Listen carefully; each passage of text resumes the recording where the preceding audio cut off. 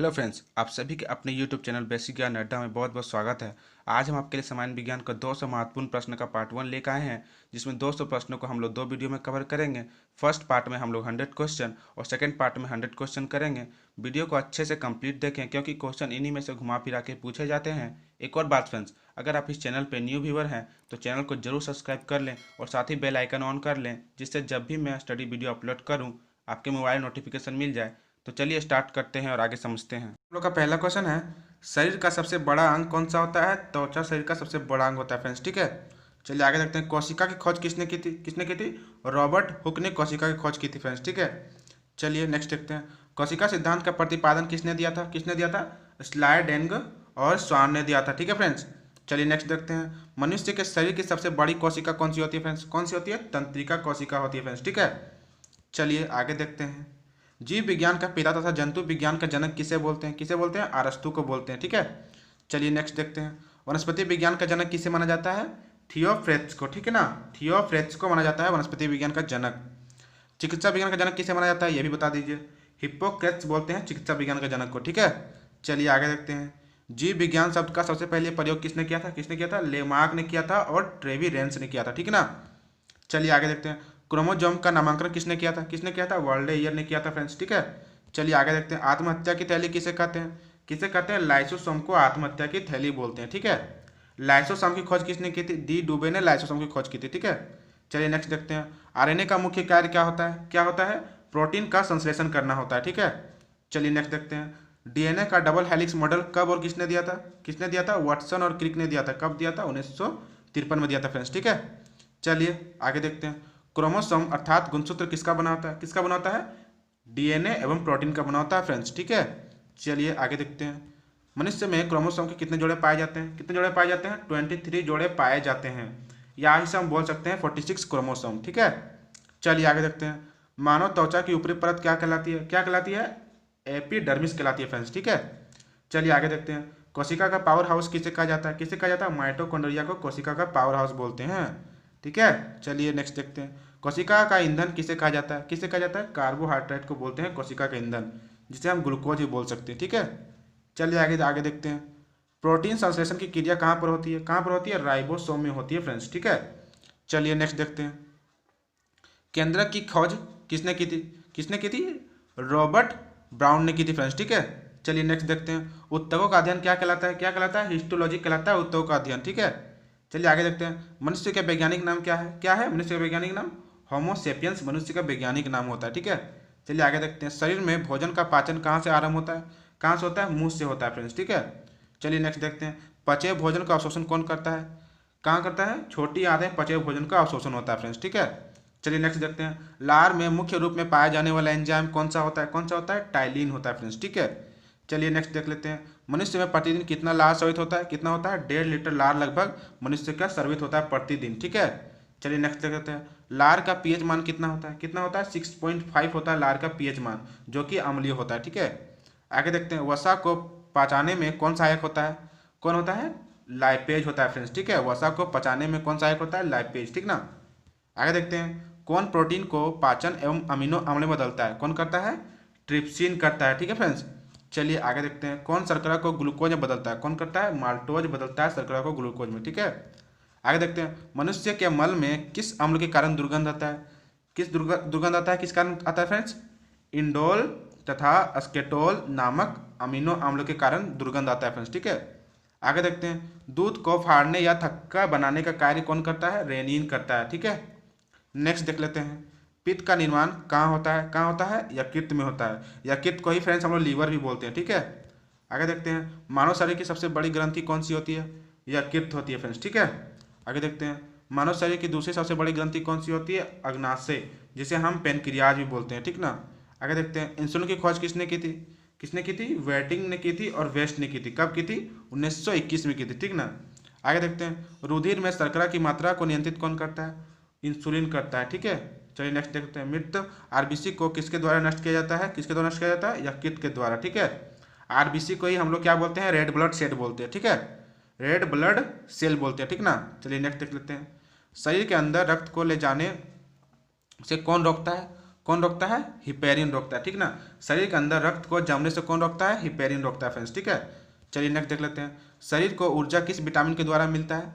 किस द्वारा मिलता है? कार्बोहाइड्रेट के द्वारा शरीर में ऊर्जा मिलता है, ठीक है। प्रोटीन का सबसे पहला प्रयोग किसने किया था? किसने किया था? जे बर्जेलिस ने किया था फ्रेंड्स, ठीक है। चलिए नेक्स्ट देख लेते हैं। विटामिन ए तथा विटामिन बी की खोज किसने की थी? किसने की थी? मैकुलर ने की थी। एक और बात फ्रेंड्स, अगर आपको विटामिन का फुल कॉन्सेप्ट जानना है तो डिस्क्रिप्शन पर लिंक दे दिए हैं, जाके देख लीजिए, या फिर मेरे चैनल के प्लेलिस्ट में बना हुआ है, जाके देख लीजिए। विटामिन पे मैंने अच्छे से कॉन्सेप्ट बता दिए हैं, जाके देख सकते हैं, ठीक है। तो चलिए आगे समझते हैं। विटामिन सी का खोज किसने किया था? किसने किया था? हॉलकट ने किया था, ठीक है। चलिए आगे देखते हैं। विटामिन डी की खोज किसने की थी? हॉपकिंस ने की थी, ठीक ना। नेक्स्ट देखते हैं। कौन से विटामिन जल में घुलनशील होते हैं? कौन से होते हैं? विटामिन डी और विटामिन सी जल में घुलनशील होते हैं, ठीक है। चलिए आगे देखते हैं। प्रोटीन किसका बना होता है? किसका बना होता है? 20 अमीनो अम्ल से मिलकर बना होता है प्रोटीन, ठीक है।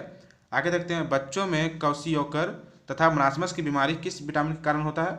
प्रोटीन के कारण होता है फ्रेंड्स, प्रोटीन के कमी के कारण, ठीक है। चलिए आगे देख लेते हैं। मनुष्य के शरीर को कितने प्रकार की प्रोटीन की आवश्यकता होता है? 20 प्रकार के प्रोटीन की आवश्यकता है फ्रेंड्स, ठीक है। आगे देखते हैं। 1 ग्राम वसा द्वारा कितनी ऊर्जा उत्पन्न होती है फ्रेंड्स? कितनी ऊर्जा उत्पन्न होती है? 9.3 kg कैलोरी उत्पन्न होती है फ्रेंड्स, ठीक है। आगे देखते हैं। विटामिन की खोज कब और किसने की थी? फंक ने किया था। कब किया था? 1911 में किया था फ्रेंड्स, ठीक है। आगे देखते हैं। कौन से विटामिन वसा में घुलनशील होते हैं? Vitamin A, vitamin D, vitamin E और विटामिन के। ये फ्रेंड्स 4 जो हमारे विटामिन है ये वसा में घुलनशील होते हैं, ठीक है। आगे देखते हैं। हमारे शरीर में जल की मात्रा कितना प्रतिशत होता है? 65 से 80% होता है परसेंट हम लोग शरीर में जल का प्रतिशत, ठीक है। आगे देखते हैं। एक स्वस्थ मनुष्य को प्रतिदिन कितना पानी पीना चाहिए? कितना पानी पीना चाहिए? 4 से 5 लीटर कम से कम पानी पीना चाहिए, ठीक है। हड्डियों तथा दांतों को स्वस्थ रखने में सहायक अकार्बनिक पदार्थ कौन सा होता है? फ्लोरीन होता है फ्रेंड्स, ठीक है। चलिए आगे देख लेते हैं। अस्थियों तथा दांतों के निर्माण में कौन विटामिन सहायता करता है फ्रेंड्स? कौन करता है? कैल्शियम करता है तथा फास्फोरस करता है फ्रेंड्स, ठीक है।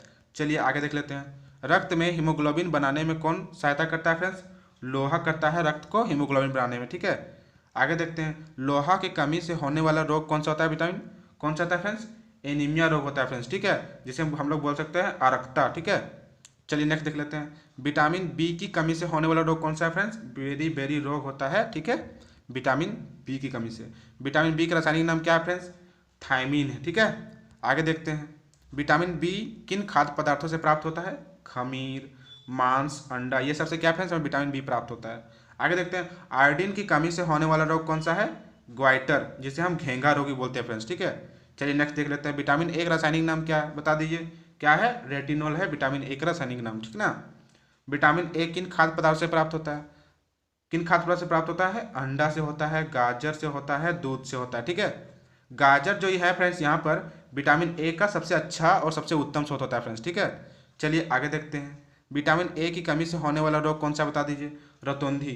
रतौंधी को ही हम लोग रात्रि का अंधापन बोलते हैं, जो जिससे दिन कद में तो ठीक दिखाई देता है, लेकिन रात में क्या होता है कि नज़दीक चीज़ों को भी देखने में परेशानी होता है, तो उसे रतौंधी बीमारी है, ठीक है फ्रेंड्स। चलिए आगे देखते हैं। विटामिन सी का रासायनिक नाम क्या बता दीजिए? एस्कॉर्बिक एसिड है विटामिन सी का रासायनिक नाम, ठीक है। चलिए आगे देखते हैं। विटामिन सी किन खाद्य पदार्थों से प्राप्त होता है फ्रेंड्स? आंवला, नींबू, संतरा, यह सबसे क्या फ्रेंड्स हमें विटामिन सी प्राप्त होता है, ठीक है। आंवला यहाँ पर बेस्ट है, उत्तम स्रोत है सी प्राप्त करने के लिए, ठीक है फ्रेंड्स, विटामिन सी। आगे देखते हैं। विटामिन सी की कमी से होने वाला रोग कौन सा होता है फ्रेंड्स? स्कर्वी रोग, ठीक है। चलिए नेक्स्ट देख लेते हैं। रक्त का थक्का किस विटामिन के कमी के कारण नहीं जमता? तो यहाँ पर विटामिन के की कमी के कारण फ्रेंड्स रक्त का जो थक्का है वो नहीं जमता है, ठीक है फ्रेंड्स। चलिए आगे देख लेते हैं। रक्त परिसंचरण तंत्र की खोज कब और किसने की थी? विलियम हार्वे ने की थी फ्रेंड्स। कब की थी? 1921 में की थी, ठीक ना। चलिए आगे देख लेते हैं। आरबीसी के का निर्माण में सहायक तथा कोबाल्ट किस विटामिन के में पाया जाता है फ्रेंड्स? कोबाल्ट हमारा पाया जाता है विटामिन B12 पाया जाता है, ठीक है फ्रेंड्स। और आरबीसी के निर्माण में भी सहायक होता है विटामिन B12, ठीक है। चलिए आगे देख लेते हैं। विटामिन डी का रासायनिक नाम क्या है बता दीजिए? क्या है? कैल्सीफेलोर विटामिन डी का रासायनिक नाम होता है, ठीक है। विटामिन डी का प्रमुख रूप से किसके प्राप्त होता है फ्रेंड्स? किससे प्राप्त होता है? विटामिन डी प्रमुख रूप से किससे प्राप्त होता है? सूर्य के प्रकाश से प्राप्त होता है, ठीक है। चलिए नेक्स्ट देख लेते हैं। रिकेट्स नामक बीमारी किस विटामिन की कमी के कारण होता है? किस विटामिन की कमी के कारण होता है बता दीजिए। विटामिन डी के कमी के कारण रिकेट्स नाम की बीमारी होता है। रिकेट्स किस बोलने का मतलब है सूखा, सूखा बीमारी यानी हड्डियों में कमजोरी आना, ठीक है। चलिए आगे देख लेते हैं। जन्म क्षमता में कमी तथा मांसपेशियां कमजोर किस विटामिन की कमी के कारण होता है फ्रेंड्स? किस विटामिन की कमी के कारण होता है? विटामिन ई के कमी के कारण जनन क्षमता कमी होता है फ्रेंड्स, ठीक है। चलिए आगे देख लेते हैं हम लोग और आगे समझते हैं। विटामिन ई का रासायनिक नाम क्या है? क्या है? टेकोफेलोर होता है विटामिन ई का रासायनिक नाम, ठीक है। चलिए आगे देख लेते हैं। और विटामिन B12 का रासायनिक नाम क्या है बता दीजिए। साइनोकोबालामिन है विटामिन B12 का रासायनिक नाम, ठीक है।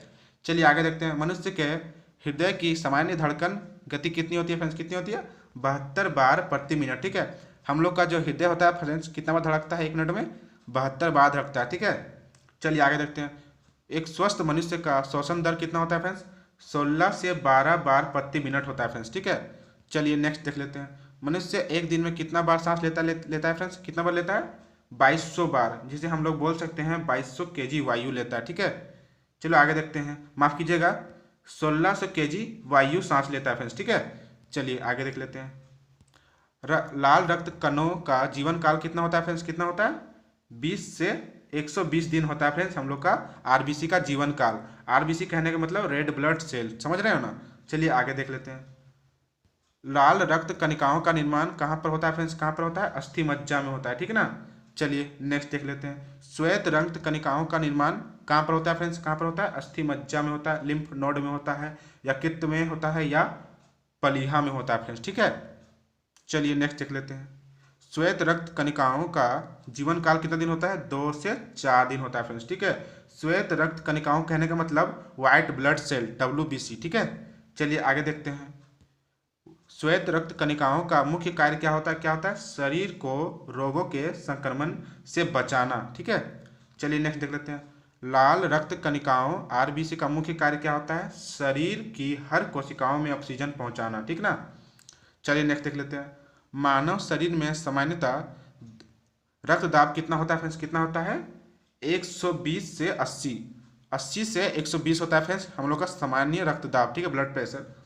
चलिए आगे देख लेते हैं। रक्तचाप मापने वाला यंत्र क्या बोलते हैं फ्रेंड्स? क्या बोलते हैं? स्फिग्मोमेनोमीटर बोलते हैं फ्रेंड्स, ठीक है। क्या बोलते हैं? स्फिग्मोमेनोमीटर बोलते हैं, ठीक ना। आगे देखते हैं। एक स्वस्थ व्यक्ति में रक्त की मात्रा कितनी होती है फ्रेंड्स? कितनी होती है? 5 से 6 लीटर होता है फ्रेंड्स, ठीक है। चलिए आगे देख लेते हैं। रक्त का थक्का बनने तथा जमने में कौन सा विटामिन सहायक होता है? कौन सा होता है? फाइब्रोनोजीज, ठीक है। फाइब्रोनोजीज होता है फ्रेंड्स, ठीक है। चलिए आगे देख लेते हैं। रक्त का लाल रंग किस के कारण होता है फ्रेंड्स? किसके कारण होता है फ्रेंड्स? हीमोग्लोबिन के कारण हम लोग का खून जो होता है वो लाल होता है, ठीक है। आगे देखते हैं। WBC का निर्माण तथा आरबीसी का विनाश कहाँ पर होता है? कहाँ पर होता है? पलीहा में, जिसे हम लोग स्प्लीन बोलते हैं इंग्लिश में, ठीक है। आरबीसी का हम लोग का क्या होता है? स्प्लीन में विनाश होता है और WBC का निर्माण होता है, ठीक है। चलिए नेक्स्ट देख लेते हैं। आरबीसी कणिकाओं का कब्रगा कहाँ होता है? पलीहा में होता है। अभी बताया ना फ्रेंड्स, आरबीसी का हम लोग का विनाश कहाँ पर होता है? पलीहा में होता है, तो उसे कब्रगा भी बोल सकते हैं, ठीक है। चलिए नेक्स्ट देख लेते हैं। लाल रक्त समूह की खोज कब और किसने की थी? रक्त समूह की खोज कब और किसने की थी फ्रेंड्स? लैंडस्टीनर ने की थी। कब की थी? 1902 में की थी, ठीक है। आगे देखते हैं। रक्त का पीएच मान कितना होता है? कितना होता है? 7.4 होता है, ठीक है, रक्त का पीएच मान, जो क्षारीय होता है, ठीक है। चलिए नेक्स्ट देख लेते हैं। कौन सा रुधिर वर्ग सार्वदाता कहलाता है? कौन सा कहलाता है? O ग्रुप कहलाता है। O ब्लड ग्रुप कहलाता है हम लोग का यूनिवर्सल डोनर, ठीक है। चलिए नेक्स्ट देख लेते हैं। कौन सा रुधिर सार्वग्रही कहलाता है फ्रेंड्स? कौन सा होता है? AB रक्त ग्रुप, ठीक है। चलिए नेक्स्ट देख लेते हैं। मनुष्य की खोपड़ी में कितनी हड्डी पाई जाती है फ्रेंड्स? कितनी पाई जाती है? 8 हड्डी पाई जाती है, ठीक है। चलिए नेक्स्ट देख लेते हैं। शरीर की सबसे लंबी अस्थि कौन सी होती है फ्रेंड्स? कौन सी होती है?